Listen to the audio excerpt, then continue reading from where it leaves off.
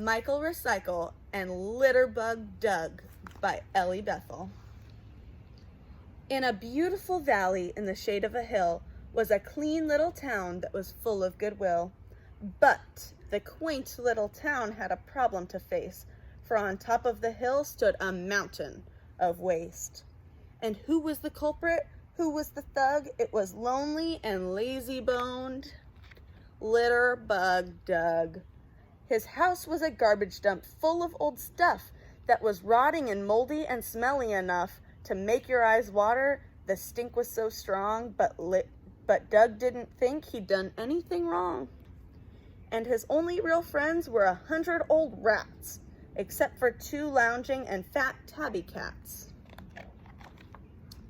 From alone on his throne, Doug thoughtlessly threw all manner of litter, and so the pile grew.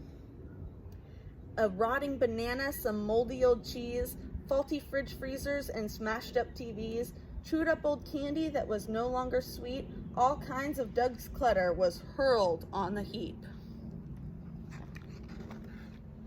And then, to the joy of the 100 old rats, Doug even got rid of his 2 tabby cats. The cats were so plump that they made the dump fall. And down came the garbage, rats, cats, and all. But then something happened that none could explain. It wasn't a bird and it wasn't a plane. A green-caped crusader stupendously swooped, descending to earth with a great loop-de-loop. "Litterbug Doug," said our green hero Michael. "Littering's wrong. You've got to recycle." But Doug just retorted, "I won't make amends. I don't need this town. The rats are my friends."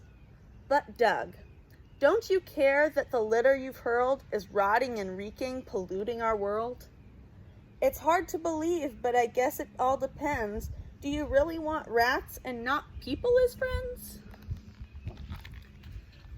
Then, thinking aloud, Doug said, "I suppose they do give me fleas and they nibble my toes. They make such a racket, their hygiene's not great. I'd love some real friends, but is it too late?" "Of course not," said Michael. "All hands on deck. If we work hard together, we can save you just yet." They formed a big chain from Doug's dump to Michael to sort out what's garbage and what to recycle. And soon all the town was so neat and pristine, the only thing left was to give Doug a clean. And now he was neater and no longer smelled, so they gave him a job at which Doug excelled. Now watch out, don't litter or drop one small piece. He's there in a flash. Doug's the litter police.